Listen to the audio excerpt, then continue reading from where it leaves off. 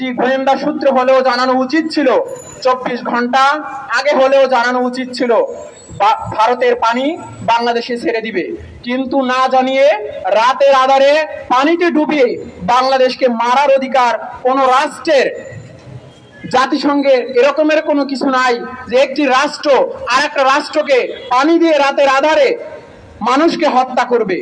এর জন্য প্রয়োজন এখন আমাদের বাংলাদেশের অন্তর্বর্তী সরকারকে আমরা বাংলাদেশের জনপ্রয়োজনে বাংলাদেশের জনগণের সহায়তায় নিয়ে আপনি এখনই প্রতিরোধ গড়ে তুলুন।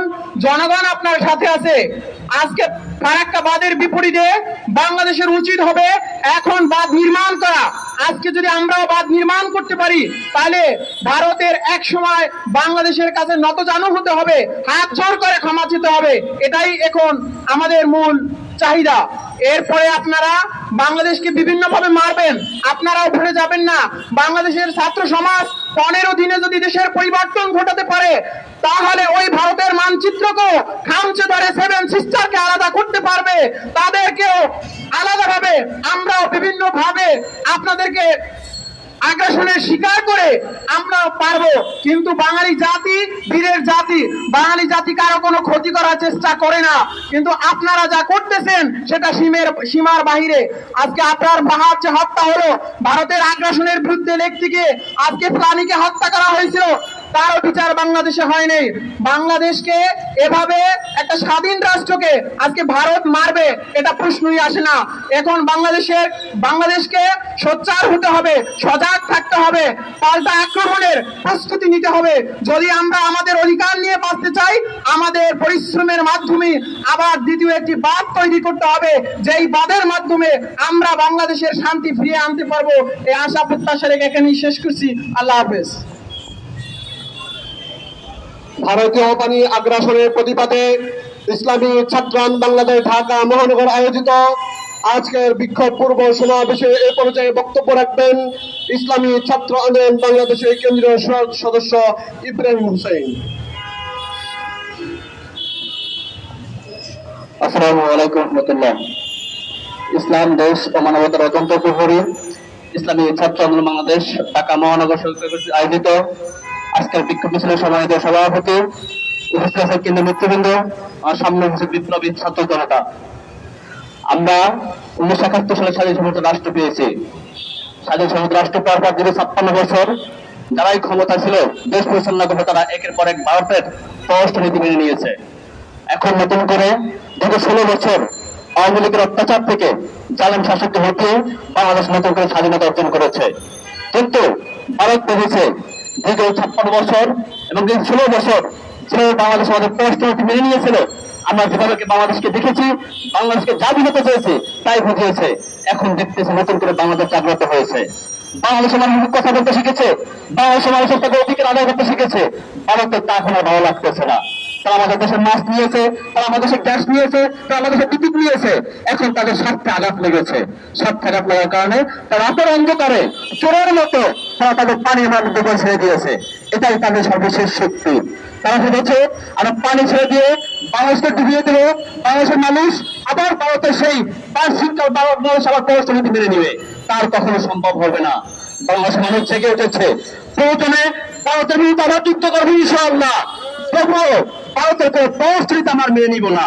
আমরা এই প্রোগ্রাম থেকে বলতে চাই, ব্যবসা থেকে বলতে চাই, আপনার দেশে 500 দর্শন হয়, আপনার দেশে 800 দর্শন হয়, আপনার দেশে মুসলমানদেরকে হত্যা করা হয়, আপনার দেশে মুসলমানদের মসজিদে ধ্বংস করা হয়, আপনি তার বিক্ষোভ না বলে আর বাংলাদেশকে নাক গলানো বন্ধ করে দিন।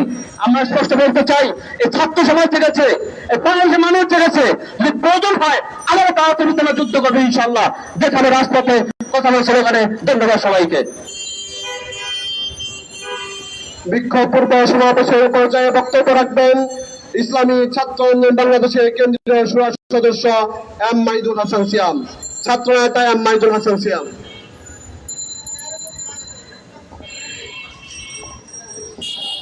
আসসালামু আলাইকুম ওয়া রাহমাতুল্লাহি ওয়া বারাকাতুহু। নাহমাদুহু ওয়া রাসূলুহুল কারীম, আম্মা বা'দ। আউযু বিল্লাহি মিনাশ শাইতানির রাজীম। বিসমিল্লাহির রাহমানির রাহিম। ওয়াতাসিমু বিহাবলিল্লাহি ওয়া লা তাফাররাকুন। সাদাকাল্লাহুল আলিয়্যুল আযীম। সংগ্রামী সাথী ও বন্ধুগণ, আপনারা যদি বাংলাদেশের ইতিহাস পড়েন তাহলে দেখবেন বাংলাদেশ নামক এই ভূখণ্ড প্রত্যেকটি সময়ে প্রত্যেকটি ইতিহাসেই তারা স্বাধীনভাবে বেঁচে থাকার জন্য অধিকারের জন্য তারা স্বাধীনতার জন্য আন্দোলন করেছে, সংগ্রাম করেছে।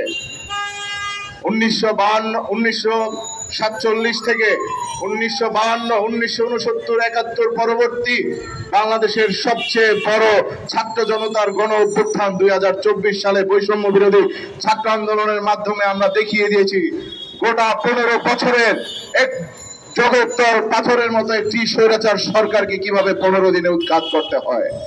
অতএব ভারতকে আমরা বলে দিতে চাই, পৃথিবীর মানচিত্রে একমাত্র একটি রাষ্ট্র ভারত, যার সাথে তার আশেপাশের অন্য কোন দেশের সাথে পররাষ্ট্রনীতি এবং বন্ধুত্ব পরায়ণ কোন সম্পর্ক তাদের মধ্যে নাই। পৃথিবীর ভিতরে একমাত্র রাষ্ট্র যার আশেপাশে কোন রাষ্ট্রের সাথে তাদের বন্ধুত্ব সম্পর্ক নাই এবং তারা সব সময় স্বার্থান্বেষী এবং স্বার্থবাদী। আমি ভারত সরকারকে বলে দিতে চাই, আপনারা মনে করেছেন বাংলাদেশকে আপনারা পানিতে ডুবিয়ে মারবেন, এতটা সহজ নয়। বাংলাদেশের আগেও বন্যা হয়েছিল, আরো অনেক আগ্রাসন চালিয়েছেন, কিন্তু বাংলার মানুষ সেটা রুখে দাঁড়িয়েছে। আমি ভারত সরকারকে বলতে চাই, আপনি ভারত থেকে বাংলাদেশে জল ঢালেননি, বরং জলের পরিবর্তে বাংলাদেশের মানুষের দ্রোহের আগুনের মধ্যে আপনি পেট্রোল ঢালিয়েছেন। আপনি বাংলাদেশের মানুষের দ্রোহের মধ্যে আপনি ভিজিয়ে ফেলেছেন। আমরা এই জল থেকে এই যুদ্ধে রুজু করব। আমরা এই যুদ্ধে রুজু করে বাংলাদেশ থেকে ভারতীয় আগ্রাসনের বিরুদ্ধে রুখে দাঁড়াবো। অতএব বাংলাদেশের সকল ছাত্র জনতা এবং সকল সুনাগরিকদেরকে আমার আহ্বান থাকবে, ইসলামী ছাত্র আন্দোলন বাংলাদেশ এই বন্যা ক্লান্তি লগ্ন শুরু থেকে এই বন্যাবাসী বানভাসী মানুষের পাশে আছে। বাংলাদেশের ইসলামী ছাত্র আন্দোলন বাংলাদেশের প্রায় অর্ধশতাধিক স্বেচ্ছাসেবক টিম আমাদের কাজ করে যাচ্ছে। তাই আসুন ইসলামী ছাত্র আন্দোলন বাংলাদেশকে সহযোগিতা করুন এবং সকল প্রকার ভারতীয় আগ্রাসনকে রুখে দিন। সবাইকে আগামী সকল কর্মসূচিতে অনুরোধ করে আমি আমার সংক্ষিপ্ত বক্তব্য শেষ করছি।